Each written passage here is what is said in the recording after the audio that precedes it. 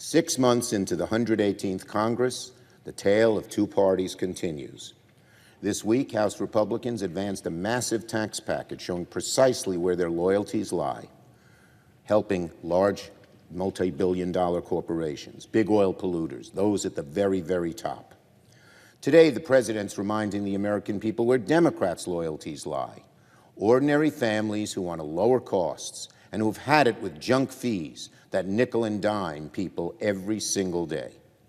President Biden used his State of the Union address to call out companies that exploit consumers through surprise fees on everything, from credit cards, bank overdrafts, hotel resorts, and air travel.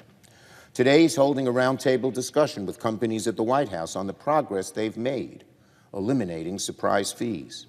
I cannot tell you how many times people come up to me in New York exasperated by junk fees, oftentimes at the last minute. Many times they know nothing about them until they're asked to pay them. It's precisely the kind of abuse that frustrates Americans to no end, and which the federal government can address.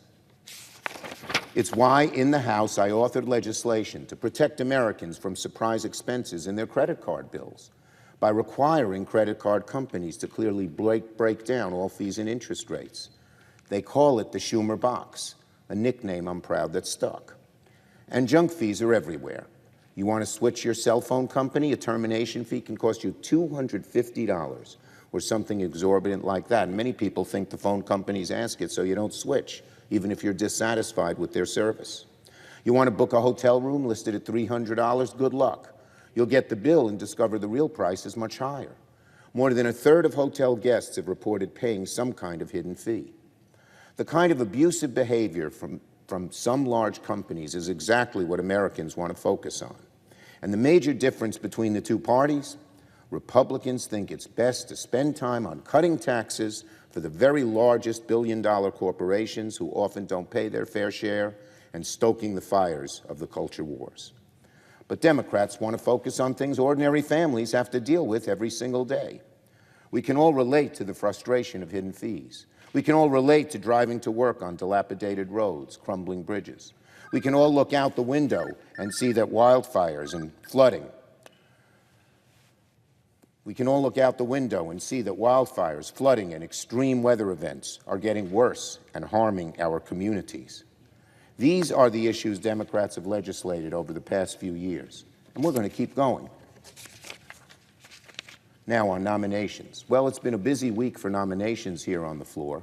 This morning, the Senate will confirm Nusrat Chowdhury, who I was proud to recommend to President Biden to serve as a district for the New York's Eastern District, to serve as a district judge for New York's Eastern District.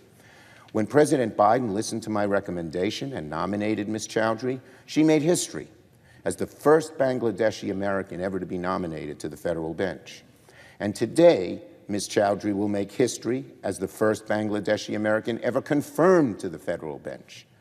Ms. Chowdhury will also be the first Muslim American woman and only the second Muslim American ever to serve as a federal judge. Shows she's a history maker in more ways than one. Ms. Chowdhury is also a shining example of the American dream. The daughter of immigrant parents, a graduate of Columbia, Princeton, and Yale Law School, Ms. Chowdhury has dedicated her career to making sure all people can have their voices heard in court. So it's a great day for our country. Our courts are at their strongest when they mirror the diversity and dynamism of our democracy. And we have a vibrant Bangladeshi community in New York and in the United States. I'm confident Ms. Chowdhury will make an excellent judge. And yesterday, the Senate nominated another excellent judge, Dale Ho. Yesterday, the Senate also confirmed another excellent judge, Dale Ho, who I was proud to recommend to be district judge for the Southern District of New York. As voting rights continue to come under attack, it's only fitting that we elevated one of the country's top voting rights experts to the bench to safeguard our democracy and preserve our most fundamental right as citizens. When Mr. Ho and Ms. Chowdhury, with Mr. Ho and Ms. Chowdhury, will have confirmed 21 Asian Americans to the bench. Let me say that again. With these two new nominations, we will have confirmed 21 Asian Americans to the bench, a demographic that has been historically underrepresented in the judiciary. I'm proud of this majority's record of increasing both the demographic and professional diversity on the bench. This is how we strengthen the public's trust in our judiciary, and our work will continue. I yield the floor.